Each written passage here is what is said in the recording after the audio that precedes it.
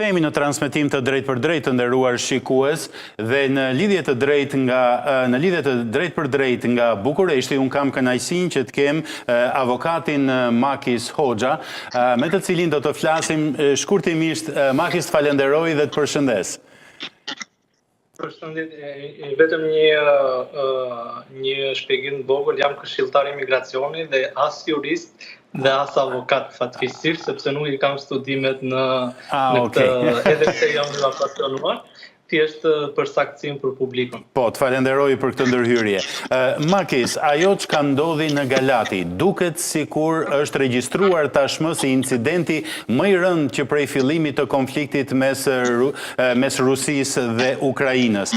Presidenti Dan e quajti të paprecedent dhe kërkoi përgjigje të koordinuar nga NATO. Sa seriozisht është marrë nga opinioni publik dhe klasa politike në Rumani kjo goditje dhe plagosja e dy vetëve si pasojë e tij? Pas këtij sulmi, dhe dua ta përmend, pas këtij sulmi, politika rumune ka pasur një dush të ftohtë. Por jo vetëm politika rumune, por edhe NATO dhe Bashkimi Evropian në përgjithësi, sepse ka shumë sinergji që fokusohen në strategji të ndryshme dhe nuk ka pasur që prej fillimit të luftës një forcim të komplet të frontit të lindjes, duke filluar nga Estonia, duke përfunduar deri në Bullgari. Shumë herë nga NATO është përmendur nëpër deklarata zyrtare që ne do të mbrojmë çdo centimetër të territorit NATO-s. Kjo ka ardhur nga zyrtarët më të vegjël deri në zyrtarët më të lartë. Por duke krahasuar deklaratat politike me ndërmarrjet që janë marrë në parim në territor, nuk konkordojnë me njëra tjetrën.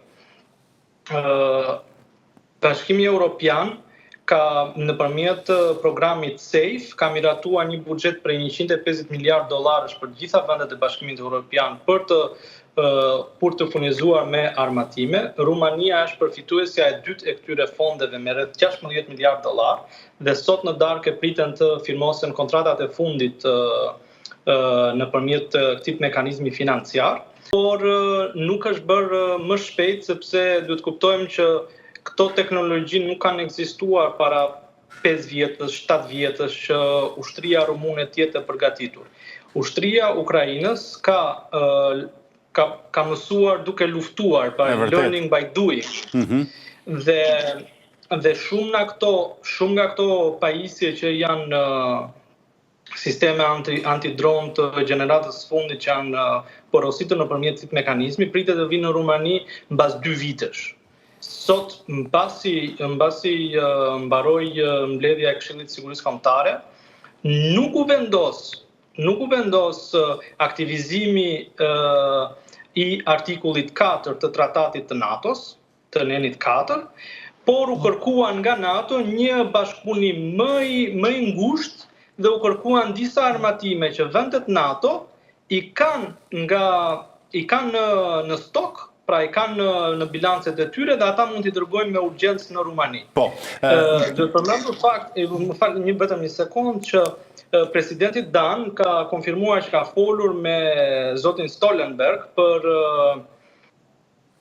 për nisjen e disa pajisjeve në mënyrë urgjente në Rumani, por nga burimet që unë me njerëzit që kanë folur deri tani, është thënë që kjo do të diskutohet në samitin e Ankaras që do të jetë në Korrik.